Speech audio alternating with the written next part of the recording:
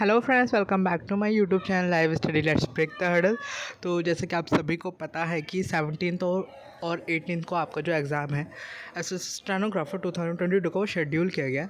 तो उसी की कंडीशन को ध्यान में रखते हुए मुझे लगा कि नहीं, आप लोग के जो हाईएस्ट बच्चों के क्वेश्चन थे कि सर मॉक्स में स्कोर नहीं बढ़ रहा या सेफ स्कोर क्या रहने वाला, बहुत सारे वैराइटीज़ ऑफ क्वेश्चन थे। बट मुझे लगा कि मुझे इस वीडियो पे ज़रूर काम करना चाहिए कि आपका एक सेफ़ स्कोर इस पर क्या रहने वाला है।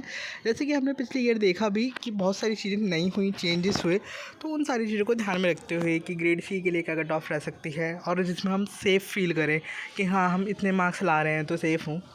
देखो, बहुत ही क्रिटिकल है इस चीज़ों को कहना, बट स्टिल एक बात याद रखना, जो लास्ट टाइम हमारी 2020 की जो वैकेंसी थी वो अराउंड थी आपकी 700 के अराउंड थी, जहाँ तक मुझे अच्छे से याद है 700 के अराउंड आपकी जो वैकेंसी थी, ठीक है, जो फाइनली रिपोर्ट की गई थी। और अगर हम इस बार की बात करें जो अब तक रिपोर्ट की गई, वो 2143 के आसपास जो वैकेंसी है वो आपकी रिपोर्ट की गई। लगभग आप देखो 700 का 3 गुना, ठीक है, 3x टाइम आपका जो है 3x आपकी वैकेंसी है। तो इसका ऑब्वियसली कि इस बार पिछली बार से तुलना में कट ऑफ कम जानी चाहिए। देखो, मैं बिल्कुल कह रहा हूँ चाहिए बोल रहा हूँ, क्योंकि देखो पिछली बार हमने देख लिया कि लास्ट ईयर अगर हम 2019 से कंपैरिजन करें, उस टाइम भी 400 के आसपास कुछ वैकेंसी थी, 400-500 के अराउंड, और कट ऑफ जितनी रही थी उसी के अराउंड 2020 की भी कट ऑफ रही है। तो इस बार थोड़ा सा इस चीज़ को कह पाना श्योरली कि हाँ कट ऑफ बिल्कुल ही नीचे जाएगी वो नहीं बोल सकते। हाँ, पर अगर आपके पिछले बार जितनी फाइनल कट ऑफ इस बार गई उससे अगर लगभग ±5 मार्क्स आपके आ रहे ना, तो आप कहीं ना कहीं सेफ फील कर सकते हैं।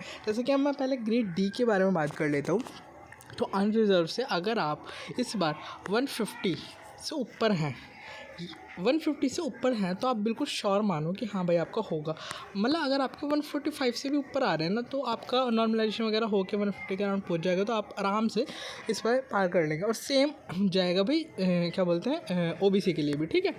ओबीसी का भी 145 से ऊपर ही रहने वाला है, ठीक है। ये डी के लिए बता रहा हूँ, पहले ही बता रहा हूँ, ठीक है। और अगर हम बात करें एससी कैटेगरी की, तो उनका भी रहेगा 140 से अराउंड ही रहेगा, 135 से 40 के बीच में अगर आप ला रहे हो तो हाँ आप सेफ़ हो।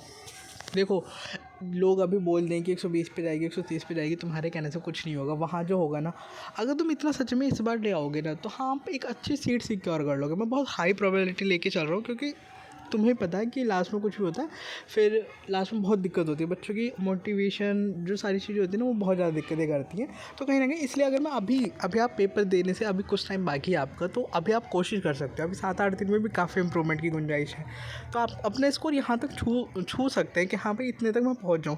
मान लो मैं जितना इसे यहाँ पर प्रेडिक्ट कर रहा हूँ उसके आसपास भी अगर हो ना 5-6 नंबर का वेरिएशन, तब भी आप मानो कि आप सेफ हो, ठीक है। तो अगर मैं एससी कैटेगरी की बात करूँ तो आपका 135 से अगर ऊपर है तो आप डी में सेफ़ हैं बिल्कुल आराम से। और वहीं अगर मैं बात करूँ एसटी कैटेगरी की, तो आपके अगर 120 के अराउंड भी मार्क्स हैं तो आप आराम से सेफ़ हो जाएंगे इस पर। और वहीं अगर हम बात करें ग्रेड सी की, तो ग्रेड सी की जो वैकेंसी अनरिजर्व की जा सकती है वो लगभग 155 से ऊपर रहेगी, ठीक है। और सेम अनरिजर्व और ओबीसी का सेम ही रहने वाला है, इसका ज़्यादा वेरिएशन होगा नहीं।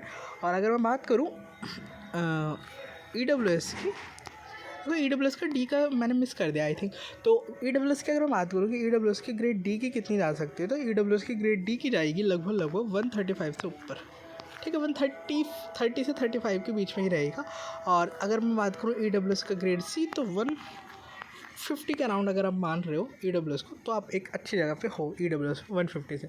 और वही अगर मैं बात करूँ एससी कैटेगरी की, तो इसमें आपका 150 से ऊपर अगर है आपके मार्क्स, तो आप बिल्कुल ग्रेड सी के लिए सेलेक्टेड होंगे इस बार श्योरली, ठीक है। और अगर मैं वही बात करूँ एसटी कैटेगरी की, तो एसटी कैटेगरी की इस बार अगर 130 से 40 के बीच में मार्क्स होंगे तो आप ग्रेड सी के लिए आराम से एलिजिबल हो जाएंगे और आप अच्छी से अच्छी आपको पोस्ट मिलेगी।